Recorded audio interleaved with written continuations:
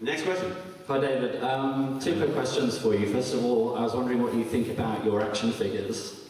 And which ones? The little molten guy? Yeah. Lead figure? Yeah. Oh, the action, the kind of about 8 inches.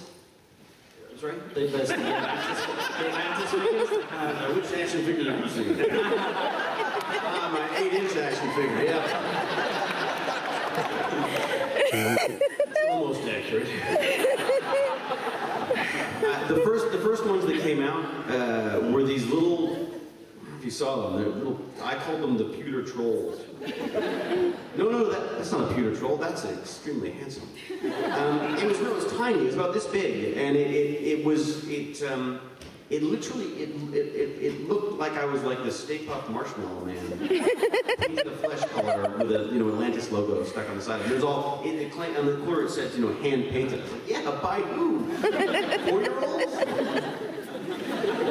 So I was really, because I was so excited about finally an action figure. You made it when you've got an action figure. And then these came out, and these ones are actually you've got little. You want me to take it? Is that? All right, thank you very much. Be careful with it. With that jaunty little pose.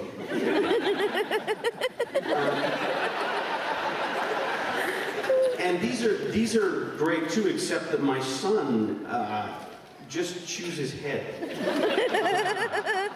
Like I've got all these photos of him walking around with this, with McKay sticking out of his mouth. But the best one is the Field Ops one. I like that one. I also love his hairline. Because I'm going to see if they can make a mold of that I can just wear. Because that's very attractive. There you go. Yeah, the action figure thing is like, you can't, that is just the coolest thing on the planet. Like my friends, they were all like, okay, for Christmas, I want your action figure.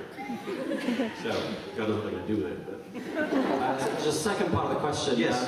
There are a number of episodes where it features paintings of you in the background. I was wondering if you actually own any of them. I really wanted to get the religious one and put it in the bathroom. That nice little sort of martyr look. I walked into that set and Flanagan was like, come on! Who wrote this? It was Harmony. It was The Game. That's it. You saw it. That was one of those, and I literally said to them like, oh, I've got to get one of those paintings, and of course I never did. They're probably in like a warehouse somewhere, so get bug them. I'll put that in, if they do the movie thing, I'll put that in the contract. One religious artifact. Okay. Hello. Yeah, I've got several questions. The first one, Genie? No, the first one's to do with that second part that guy asked. Now, at the end of Harmony... Sure, you have a question for him? No, the first question is related to the question he was asking about the paintings.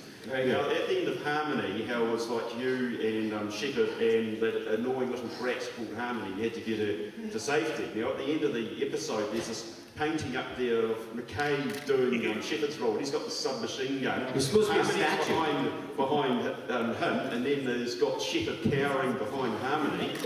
Now, I'm just wondering, since every so often Colonel Shepherd seems to have a go at McKay about blowing up a couple of planets, if he now has a rejoinder about him cowering behind a little bratty princess. If only it was true. Yeah. The second one is if for whatever reason in the story it showed that it involved McKay's home back on Earth, would we by any chance find a shrine dedicated to Colonel Carter?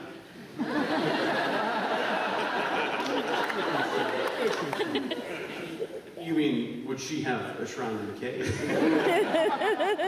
Some kind of little news clippings and things? That's a hard one, because the Amanda thing was so funny, because she was in the show, and we talked about the fact, we're like, what's going to happen with this relationship? Because, SG1 set up a pretty strong back and forth between the two of us. And then, into Atlantis as well. And then for some reason they didn't follow up on that.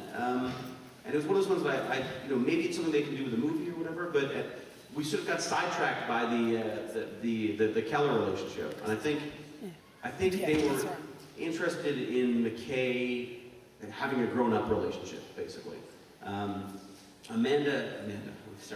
Samantha was, I think, was something that was always going to be unrequited. It was never going to, it could never work, you know. I think they felt they needed to move on to something else. But I always regretted that there wasn't a better, you know. Where am I going with this? Oh, okay. I was like, boy, what have I said? No, I'm not going there with it. It was, so it's one of those things I would love to see that relationship sorted out a little better, but, we'll see what happens tonight. And my last question was for a recent episode on Series 4, shown on Prime, was, I can't recall what it's called, but it's with you, Colonel Carter and Dr. Keller, and you're going on this field trip, and you fall down this hole into this genii mine. How was that one? Because I found it quite interesting how all three of you were all trying to come up with solutions to get out, and it was all completely coming apart at the seams, and you're all sort of ending up injuring each other.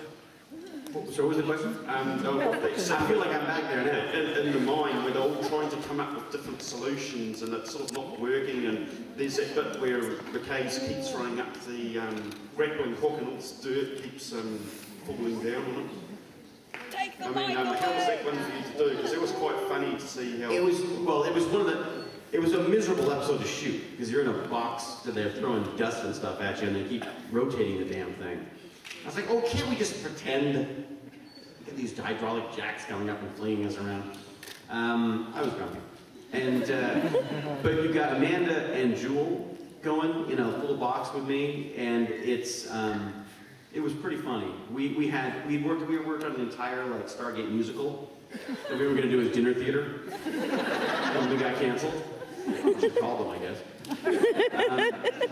So we had that going. They're so good because Jewel is a big fan of me having a temper tantrum. She loves just pushing to see when she's like, well, that's unacceptable, isn't it? You should probably get angry about that. Well, sandwiches are supposed to be here in 5 minutes, and I don't see them. What do you think of that? And for some reason, she kept missing them. Like, I'd have a temper tantrum about something I said, and she'd hear about it later, and she's like, oh, come on! I really wanted to see that happen. I had a temper tantrum on that one, which was, it was like the last shot before lunch, and I'm hungry, and confused, and all of those, and the set's moving, and I'm supposed to grab a rope, and they called in the stunt guys, but the stunt guys weren't there, so naturally I do all my own stuff. And so we had to fake it basically. And basically what happened was he said and action, and I was like, no, that's it.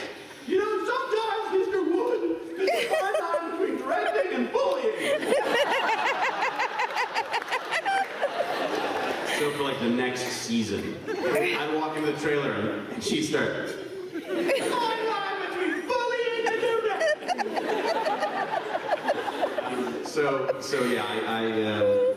I earned my stripes on that one. But really, as a nerd, I'm trapped in a room with a man tapping a jewel steak. Come on.